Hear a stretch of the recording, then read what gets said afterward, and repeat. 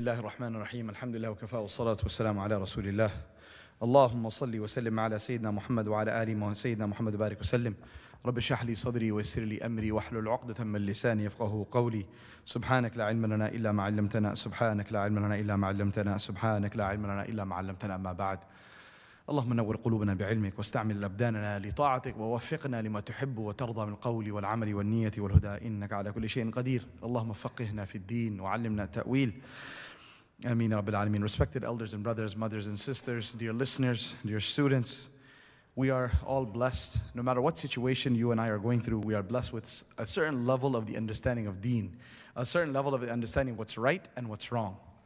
And this is a gift that, subhanAllah, is so amazing that outdoes and overpowers any type of challenge and difficulty you and I may be going through in our life. The fact that you understand what's haqq and what's right to some degree, the fact that your heart is inclined towards Islam, the fact that you want to do what's right, the fact that you want to follow the sunnah of the Prophet ﷺ, this gift is something that is priceless.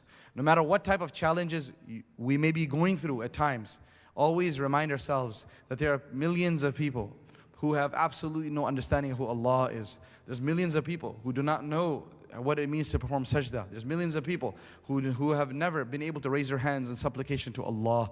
And while you and I are blessed to be here for Salatul Jumu'ah, listening to this khutbah and listening to this talk, while millions who are far more intelligent than us, far wealthier than us, who are more connected than us, who are more educated than us, have not been given this gift. The ability to distinguish right from wrong, the ability to have your heart inclined towards right is the greatest thing. And we should be asking Allah subhanahu wa ta'ala to increase us in our understanding of the truth. Continuously make a dua, Ya Allah, make me from amongst those people who understand the truth precisely what it is.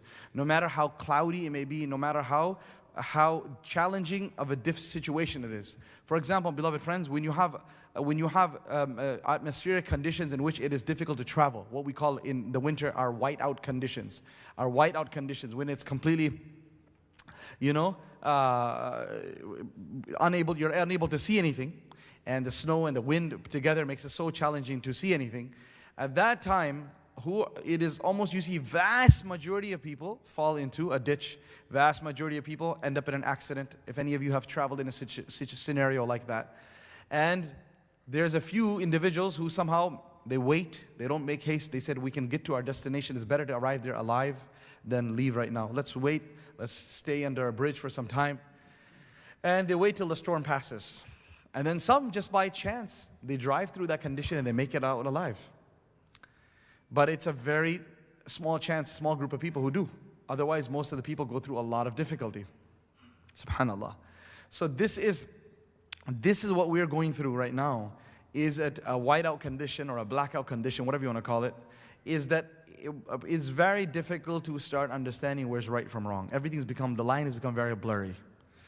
And every day it becomes a new fitna, a new age. And you see the people who used to look up to for aspiration are the ones who sometimes end up peddling the fitna. Sometimes are being the instigators of that fitna. And you say, well, subhanAllah, I used to benefit from such and such person, or I used to learn from such and such person. What is going on now? Am I right or are they right? Have I lost my mind or they lost their mind? Someone's lost their mind. What has happened in 20 years, 30 years, that the morally what was right has now become wrong, what was wrong was regarded right? How is it, أَصْبَحَ الْمَعْرُوفَ مُنْكَرًا وَالْمُنْكَرَ مَعْرُوفًا, that which was accepted to be wrong has now become accepted to be right, and that which was accepted to be right has now been accepted to be wrong. Seriously, in every sphere we're seeing this. So in this extremely confusing times, the one who Allah subhanahu wa ta'ala saves, holds his hands and saves him from slipping and falling will be the only one who will be saved. Otherwise the rest will be falling left and right. Beloved friends, to fall into a car accident and to get into a ditch by far is a much less problem than the issue I'm speaking about. Because this is where people are losing their deen. This is where people's understanding of what's right and wrong is all falling apart. And I want to remind you of a hadith of Rasulullah sallallahu alaihi wasallam related by Hudhayfa ibn al-Yaman radiallahu anhu. We could spend many hours explaining this hadith, and as ulama have explained this. But we're just going to gloss over the meaning today. Mufti Maulana Uthman Akhtar, in last Friday's post-Jumu'ah Signs of the Hour workshop, mashallah, did an amazing job of explaining not only this hadith, but the rest of the hadith on the signs of the hour. If you missed the retreat last week, I encourage you to please go to the YouTube channel, and they are releasing now, maybe by this weekend, each speech separately. So although the full YouTube, the bayans are available right now, but as separated by speech, separated by speaker, inshallah you'll have it by this weekend available on the channel. I encourage you, if you didn't get a chance to attend and listen to one of the most amazing programs we've ever held here, please do so. You and your children, your spouse will benefit, inshallah, tremendously, and share it with others. So this hadith, Rasulullah says, according to the keeper of the secrets, Hudhayfa ibn Yaman radiallahu anhu, he says, تُعْرَضُ الْفِتَنَ عَلَى الْقُلُوبِ. He said, the trials and tribulations will be presented on the hearts. Trials and tribulations will be presented on the hearts. كَعَرْضِ الْحَصِيرِ عُودًا عُودًا. Just like a chatai, like a mat. Just like a mat is presented onto your body. Udan uda, stick by stick. Similarly, the fitan will be presented to your heart, will be presented to the heart, will be shown to the heart. Now there's going to be two responses. فَأَيِّ قَلْبٍ أُشْرِبَهَا نُكْتَ فِيهِ نُكْتَةٌ سَوْدَاء. Whichever heart says, this fitna, this is nice, this is encouraging, this is inspiring, this is with the times, this is very critically thought out, this is a very innovative way of approaching things, this is being with the times, this is a more, a more accommodating understanding of the deen, etc., etc. Whichever heart is presented it and falls into this fitna, what happens to it? نُكِتَتْ فِيهِ نُكْتَةٌ سَوْدَاء. A black dot will appear on that heart. Every fitna that comes, every new change in the deen that is being proposed by people, by the public, and then being accepted by a certain group of scholarly class, what happens? That's a fitna that when the heart says, that's not bad. If the people are doing it, if such and such scholar is doing it, it can't be that evil, it can't be that wrong. And every time we say yes to it, every time we say yes to one, a dot appears, a black dot appears on the heart. وَأَيُّ قَلْبٍ أَنْكَرَهَا. And whichever heart says, no, I absolutely cannot accept this. I'm not a knowledgeable person, but I know better. My mom and dad taught me good enough. My Sunday school teacher really taught me good enough. My maktab teacher, my childhood imam of my local masjid back home, subhanAllah, taught me some basic principles. And in lieu of those basic principles, this doesn't add up. I'm not a mufti, I'm not a scholar, but my heart doesn't accept this to be acceptable. My heart doesn't accept this, says there's something wrong with it. Nabi Sallallahu Alaihi Wasallam said, whichever heart pushes back, whichever heart says, no, I don't accept that, he said, نُكِتَتْ فِيهِ نُكْتَةٌ بَيْضَاء. That a white dot will appear on this heart. حَتَّى تَعُودُ الْقُلُوبُ عَلَى قَلْبَيْنِ. Until the hearts will then fall into two categories. All the hearts of humanity will fall into two boxes, two categories. قَلْبٌ أَسْوَدْ مُرْبَادٌ كَالْكُوزِ مَجْخِيَّةٌ. One heart will be the blackened heart from black dots that is continuously the effect of fitna, soaking into the fitna. It's like a sponge you use to clean an oil spill, right? A gas spill, just completely dark and black. Like an upside down cup, like an upside down jug. You put that upside down jug under a shower, under a huge faucet, nothing's going to get inside there. No matter how long you put it inside there, if the cup and the jug is upside down, nothing will enter inside it. The Prophet ﷺ is saying, this heart, because it's soaked up so much filth of fitna, so much dark fluid, it's become completely blackened and it's upside down. No matter what Quranic verse you present in front of it, no matter what sunnah you present in front of it, no matter what statement of ulama you present in front of it, no matter which gathering this person attends, it doesn't make a difference. The heart has been sealed on the opposite side, right? Nothing will enter this heart. And then the Prophet ﷺ said, except this heart will only لا يعرف معروفا ولا ينكر منكرا إلا ما أشرب من هواه. This heart will not accept anything as acceptable or anything as unacceptable except that which comes in line with its shahwa, with its desires, which has been ushriba, which has been poured into it. He wasn't like this before. He wasn't like this before. It was a clean, when you buy it from the store, it was a brand new, clean, nice smelling sponge. But because of its excessive use and because of its use in the dirty places, it becomes absolutely filthy, dirty, and it's not being washed. Now imagine that has been used to clean up filth is not been washed and lying in the sun. What's going to happen to that? Lying in a damp place, what's going to happen to that? This is what's happening to this heart. Now you tell him, brother, what do you think about this? Don't you think this is wrong? Don't you think this is too much? Nah. What's so too much about that?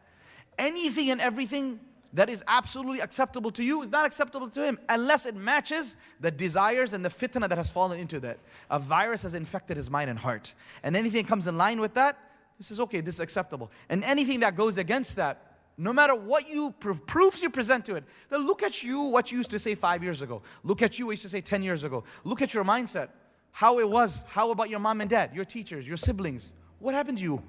It will not understand that because it doesn't go in line with the fitna that has taken root into the heart.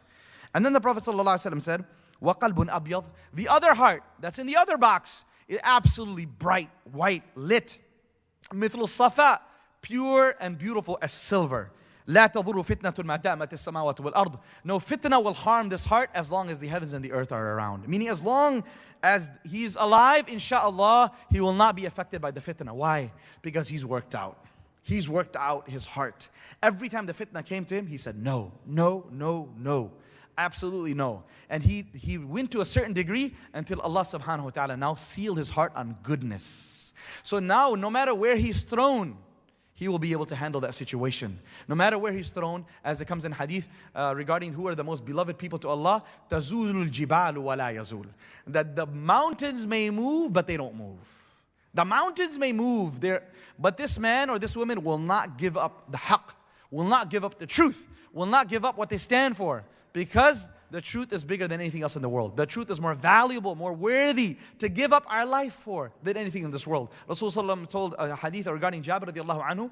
He lost his father, he was crying. Rasulullah told Jabir radiallahu anhu, why are you crying? He said, I lost my father in Battle of Uhud. Rasulullah said, should I not show you? He is now enjoying Jannah. And let me give you a glad tidings. Allah Azza wa Jal speaks to everyone behind the veil. And your father, O Jabir, Allah gave him life. And then Allah spoke to him kifahan, face to face. And Allah said, he spoke to Jabir, his father, and he said, what was it that you like? What is it that you want from me? And Rasulullah said that he said that I want, Ya Allah, to be given a life again.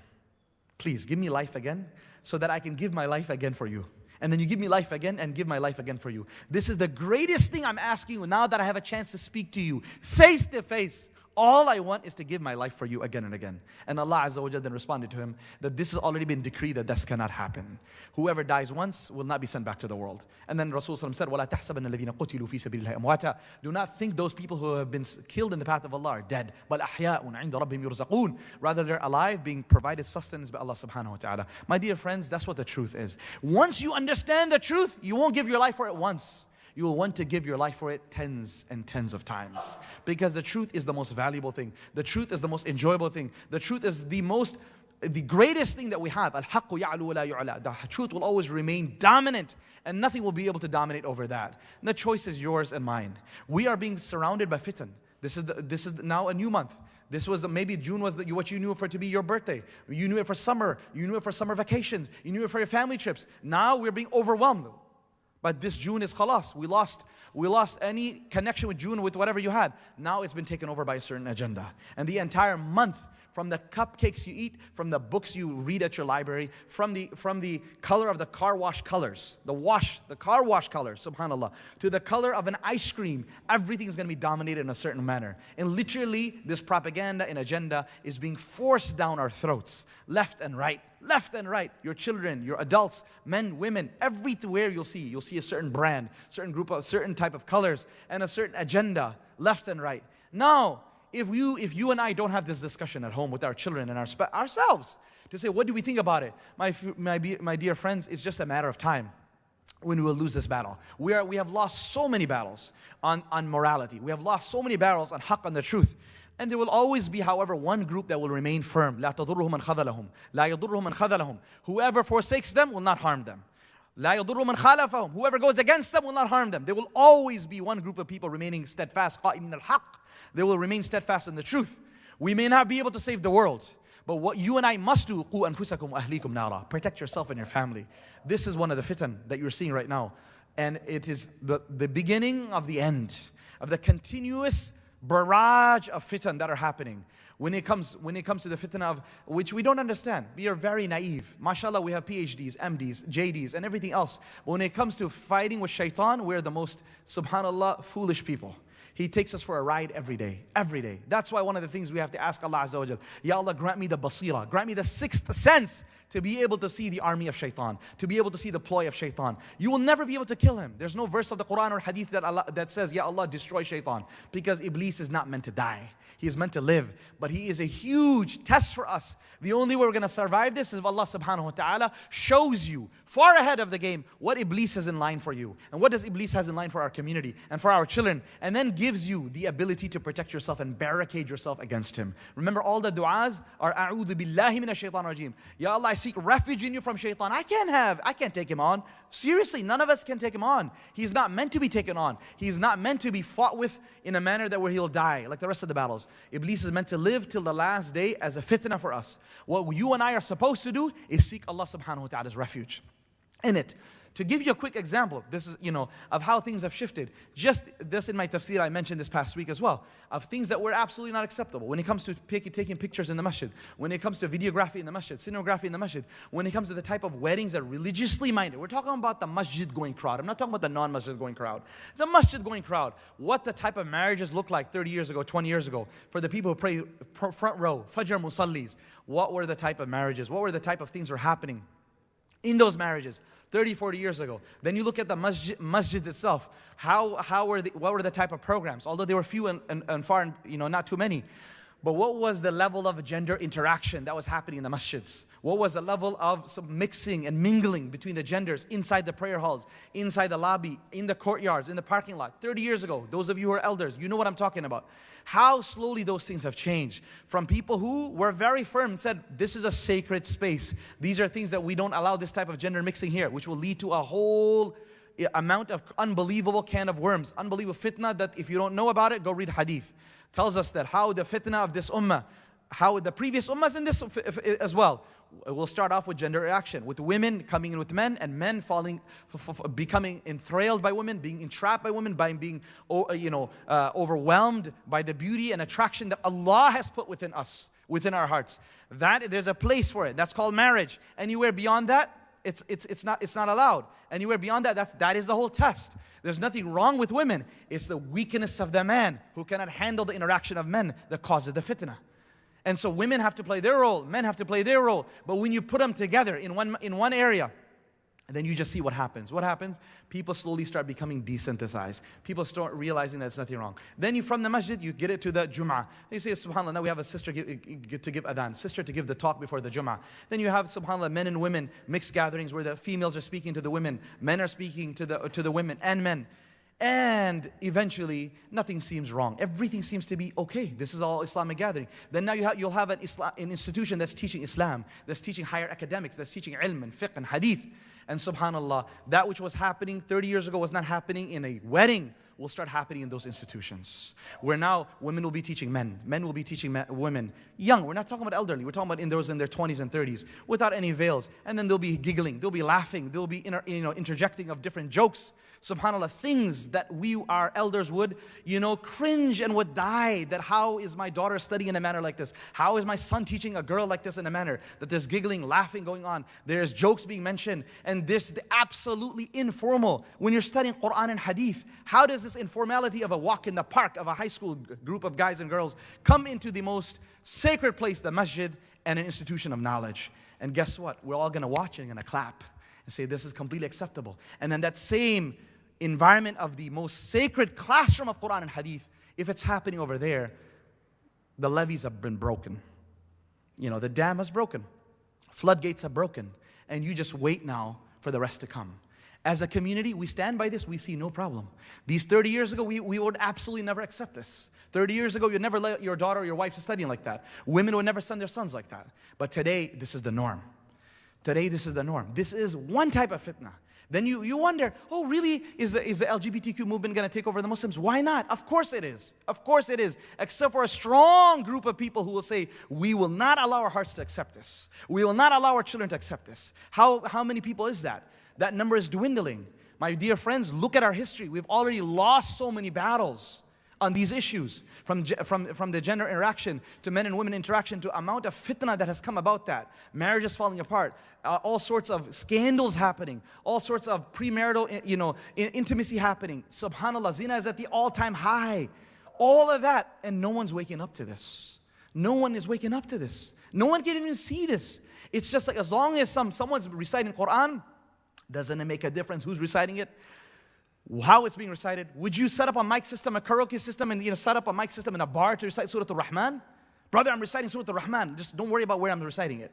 That's what our condition is. Don't look at who's present, how they're listening, who's sitting next to each other. As long as someone comes and gives a riling up speech that I can get a round of applause from the crowd, mashallah.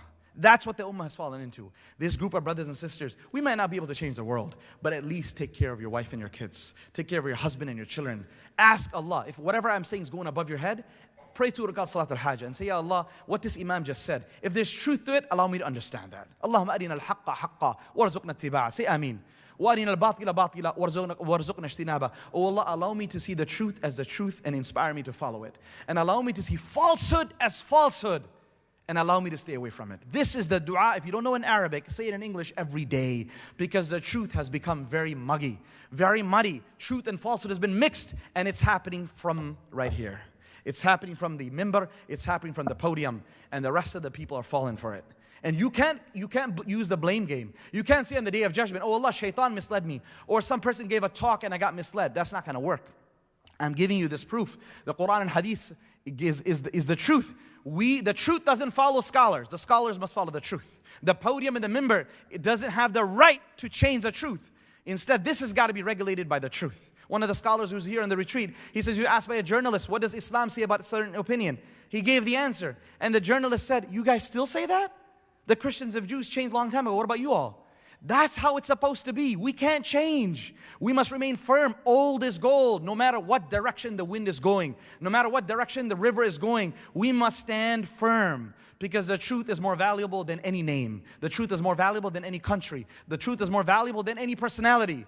And that is where we're going to meet Rasulullah sallallahu alaihi wasallam, holding on to the truth. Qa'imin al-haq. I ask Allah Azza wa Jal to inspire me to see the truth, to inspire you to see the truth. May He allow us to have the sixth sense, that firasa, the farsightedness, that no matter who says what, may Allah allow us to see the truth from falsehood. May Allah Azza wa Jal inspire us to follow that truth. And may Allah make us from amongst those who invite to the truth. May Allah grant us all such hearts that become white as silver, due to the intense effort that this heart makes in rejecting falsehood. And may Allah subhanahu wa ta'ala save us from having that heart that has been termed as an upside down jug or cup that doesn't understand the difference between right and wrong.